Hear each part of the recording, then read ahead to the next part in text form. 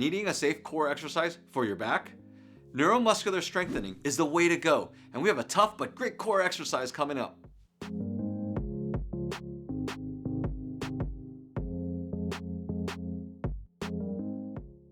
But first, please spend a few seconds to like our video, subscribe to our channel. If you found this video helpful in any way, please consider hitting the thanks button and donating. Also, our team has worked hard to bring online exercise programs to you. You can find the link to our Revive at Home programs below in the descriptions box. We appreciate your support. What makes a neuromuscular-based exercise so beneficial and better than most others? Truth be told, they don't have a ton of moving parts, which makes them generally safe and easy to do once you know what you're looking for. And what's not to like about that? This core exercise focuses on a prolonged hold that works those small stabilizing muscles.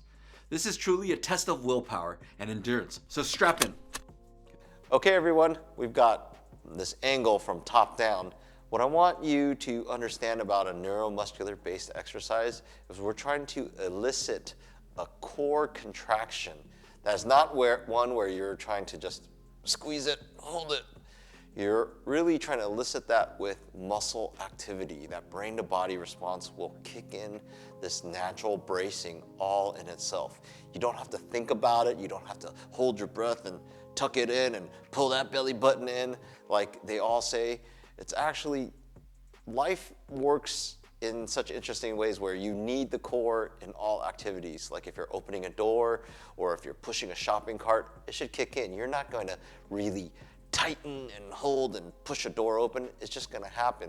So this has to be drilled into your body in a cyclical manner where you're creating that positive feedback. So this exercise, the self-facilitated bracing, is the way to do it. Get this core acting and accommodating for all of life's stresses and saving our backs. So how to set this up is you're going to be on your back, you're going to bend, you're going to pick a leg, and what happens is if you don't have a good core response, you're going to just push that down. Like you can see, I can just push that down, right?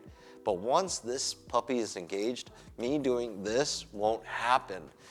So what we're going to do here is we're going to set it up at about 90 degrees hip angle, and my hand is going to provide a little bit of a upward force. I'm going to actually push that and get some skin tack on this and hold that.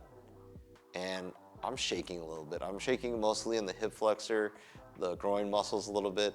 We want to take that out. You want to smooth out the wrinkles where you are working the shakiness until it stops. You're going to hold it. I don't want to overpower it. It's a very light touch. Less is more with this exercise. So you're going to hold that. I'm going to give it upward force. My hip is also going to slightly go upwards where we're targeting some ball that's up here. So we want to target that area. I'm just going to hold that and maintain. If you want, you can use this other leg to dig down, but the ultimate goal is just to create this loop, this nice feedback loop. Now, I can tell you my groin muscles are starting to relax right now, and as I push harder and build that ramp, I'm going to ramp it up and create more of a stability, and you can see that it's more locked in now. It's a locked in unit. I'm going to press, press, press, press, and I can't break it. So you can see now that I'm going to come pretty hard, but it's not moving very much. Of course, there's a little bit, but it is ready to be stable and create this nice core contraction. So that's what we're going to do. Let us know your thoughts on our video. Leave us some love or questions in the comments box below. Please like and subscribe. We appreciate your support.